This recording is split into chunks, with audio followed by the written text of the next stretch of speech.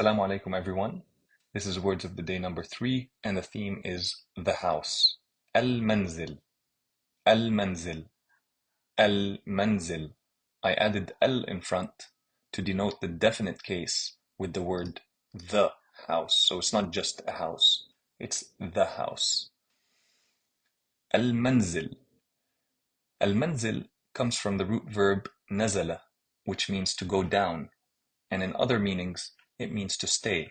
So if I say nazala fil hotel, he stayed in the hotel. So this is the place where you do your staying, or where you stay at most of your daily life. Al-manzil. The first word we're going to look at is kitchen. Matbakh. Matbakh. Matbakh comes from the root verb tabakha. Tabakha, which means to cook. And matbakh is the place where you do your cooking. And in order to get the word for the place where you do the action, you usually have to put a meme in front of the root verb, and then make the first letter of the root verb sukun, sukun, and you'll get the place where you do the action, like matbakh, matbakh. And that's where you do the cooking, and that's the kitchen. Next is bathroom.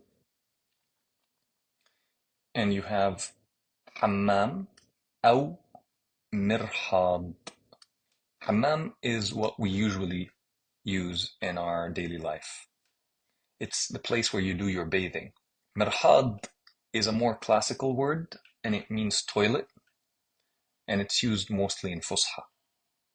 Mirhad, hammam, mirhad, hammam. Let's move on to bedroom. Bedroom is 2 words. غرفة النوم. غرفة النوم. غرفة النوم. غرفة is room. النوم is the sleeping. So the room of the sleeping.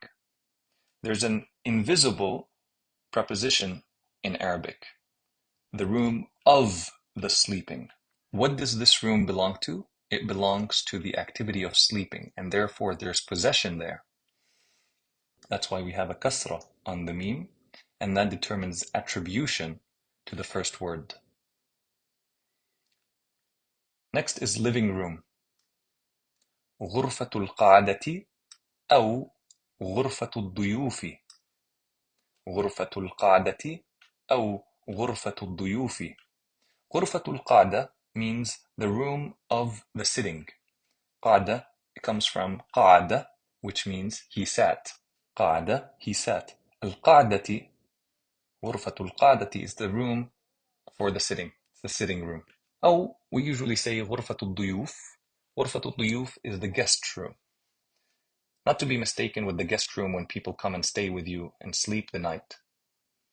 But this is a guest room where you host them when they're visiting for a few hours. So you don't get them to sit in the family room, you get them to sit in the living room that's for the guests. And so غرفة القعدة is usually used for the family room, and غرفة الضيوف is usually used for the guest living room. Dining room is غرفة الطعام أو غرفة السفرة. غرفة الطعام أو غرفة السفرة. غرفة الطعام means the room of the food or the food room. أو غرفة السفرة is the room for the sufra. Okay? And sufra is the traveler's food. And it comes from the root verb safar. It comes from safar, which is traveling. And a sufra is the traveler's food because the dining room is usually used for guests that are visiting. You feed them in the dining room and then they leave. And so they are travelers, and therefore it's called غرفة السفرة. And usually the family has an extra table in the kitchen, for example, where they eat their daily meals. And so this one is reserved for guests coming in. So it's either غرفة الطعام أو غرفة السفرة. And that's it. See you next time.